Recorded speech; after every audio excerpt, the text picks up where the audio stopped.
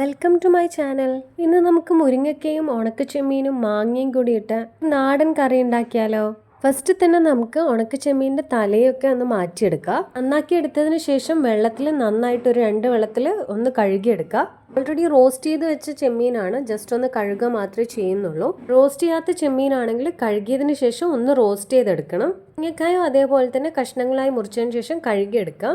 അരപ്പുണ്ടാക്കി എടുക്കാൻ വേണ്ടിയിട്ട് ചിരകിയ തേങ്ങയിലേക്ക് കുറച്ച് മഞ്ഞൾപ്പൊടി, 1/2 ടേബിൾ സ്പൂൺ മുളക് പൊടി, 1 ടേബിൾ സ്പൂൺ ജീരകവും കൂടി ഇട്ട് കുറച്ച് വെള്ളം ഒഴിച്ചിട്ട് നന്നായിട്ടൊന്ന് അരച്ചെടുക്കുക. ഇനി ഒരു ചട്ടിയിലേക്ക് കഴുകി വെച്ച മുരിങ്ങക്കായും ഉണക്ക ചെമ്മീനും, ഞാനിവിടെ ഉണക്കി വെച്ച മാങ്ങ ഇട്ട് കൊടുക്കുന്നത്. നിങ്ങൾക്ക് ഫ്രഷ് പച്ചമാങ്ങ ഇട്ട് കൊടുക്കാവുന്നതാണ്. കുറച്ച് മഞ്ഞൾപ്പൊടിയും 1/2 ടേബിൾ സ്പൂൺ മുളക് പൊടിയും 2 പച്ചമുളകും ആവശ്യത്തിന് ഉപ്പും കുറച്ച് വെള്ളവും കൂടി ഇട്ട് നന്നായിട്ട് മിക്സ് ചെയ്തിട്ട് അടച്ചു വെച്ച് വേവിച്ചെടുക്കുക. മുരിങ്ങക്കായൊക്കെ നന്നായിട്ട് വെന്ത് വന്നിട്ടുണ്ട്.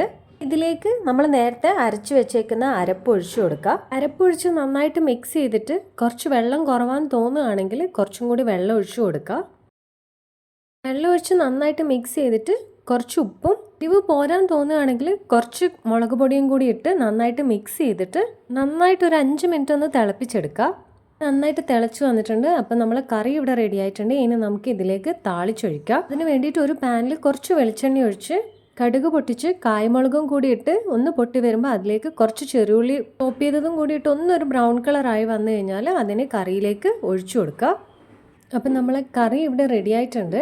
നല്ല ചൂട് ചോറിൻ്റെ കൂടെയുള്ള പെർഫെക്റ്റ് കോമ്പിനേഷൻ ആണ്. അപ്പോൾ എല്ലാവരും ഇത് ട്രൈ ചെയ്ത് നോക്കണം. വീഡിയോ ഇഷ്ടപ്പെട്ടിട്ടുണ്ടെങ്കിൽ ലൈക്ക് ചെയ്യാനും സബ്സ്ക്രൈബ് ചെയ്യാനും മറക്കരുത്. Thanks for watching.